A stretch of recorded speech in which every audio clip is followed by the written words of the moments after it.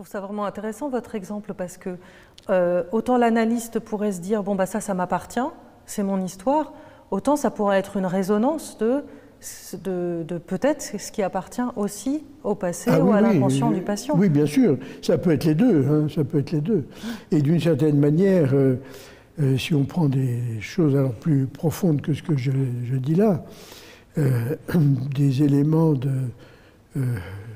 d'affection d'ordre édipien, si vous voulez, la façon dont l'analyste a vécu son propre complexe d'Édipe et la façon dont le patient a vécu son complexe d'Édipe font que l'analyste est plus ou moins à l'aise pour écouter son patient et son patient plus ou moins à l'aise pour en parler.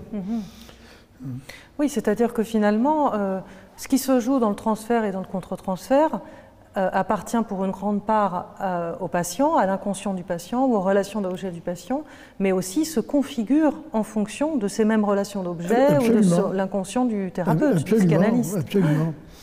Et il est donc extrêmement important pour un analyste qui voit arriver son patient.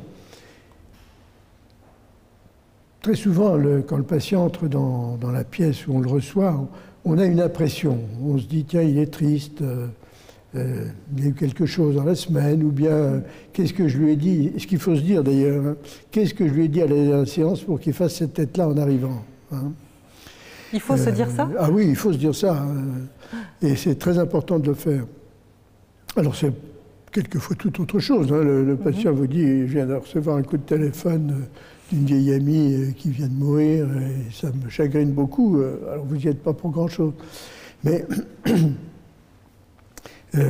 ça peut être parce que la fois d'avant, vous lui avez annoncé vos vacances, hein, et que le patient est inquiet de cette séparation. C'est-à-dire que vous partez du postulat que à partir du moment où le patient est dans la salle d'attente, ça reprend le fil de la séance d'avant. Oui, absolument. Et même quand il vient, sur le chemin. Même sur le chemin. Sur le chemin. Le patient qui arrive en retard parce qu'il s'est arrêté dans une librairie pour acheter un bouquin, ben c'est parce qu'il a acheté un bouquin qu'il a vu dans votre bibliothèque, ou bien parce qu'il est anxieux par rapport à ce qu'il a en tête et qu'il a crainte, dont il a la crainte de vous parler, et qui s'arrête du coup dans une librairie pour prendre du temps, introduire un délai.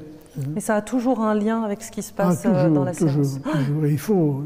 Il faut le penser comme ça. Hein, c'est Nacht, qui était un des premiers psychanalystes français et qui est vraiment celui qui a vraiment fait que l'analyse s'est développée en France. Il disait l'analyste doit être déprimé et paranoïaque. Déprimé, il ne va pas bien, qu'est-ce que j'ai fichu pour qu'il n'aille pas bien? Qu'est-ce que je lui ai dit pour qu'il fasse cette tête-là?